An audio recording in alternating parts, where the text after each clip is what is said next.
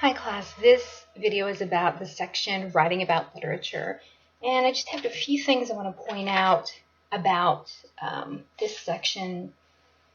So one reason that we ask you to write about literature in this course is that it really helps kind of develop your analytical skills, which, I mean, those are skills you can use in any field you go into. But I think literature is a great place to kind of develop those because you know when you're reading a work that you're looking for particular things.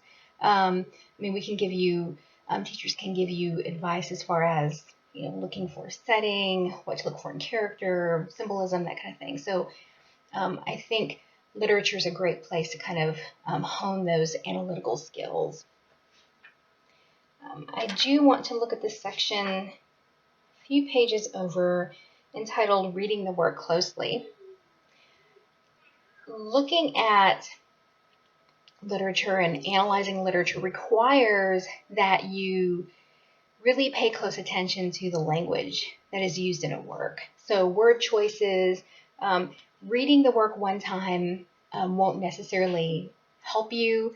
It will familiarize you with the characters and the plot, but as far as being able to go in deeply and looking at the language and then understanding elements like symbolism, theme, you really have to read a work more than one time to get that.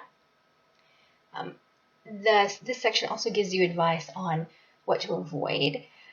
You might be tempted to Google these works that we're reading and find information that people have written about them, but I advise you against doing that because you really want to formulate your own opinions about a work before you seek other people's ideas about those works. Okay, if you seek out, I guess, other people's analyses before you make your own opinions about a work, then you're really kind of cutting off the development of that skill. Okay, so you really want to avoid reading a criticism about a work until you spend a lot of time with the work and you develop some opinions about it on your own. This section also talks about annotating the text. That just means that you are making probably marginal notes in your text. Some people, because they have rented a textbook, they tell me that they don't want to make marginal notes. I know that highlighting is okay. If you don't want to make marginal notes, then I recommend that you find another way to take notes in a notebook, in a Word document or something, just so that you don't lose really significant ideas that you have while you're reading. And then we have this section called Choosing a Topic. Okay, it's a couple pages over. Later, a couple weeks, we'll be starting the novel, and I'll give you a list of topics, so you don't have to really generate one on your own, but those topics you will discover are pretty broad.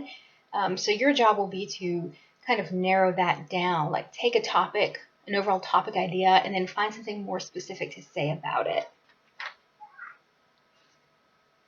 I'll see you in the next video.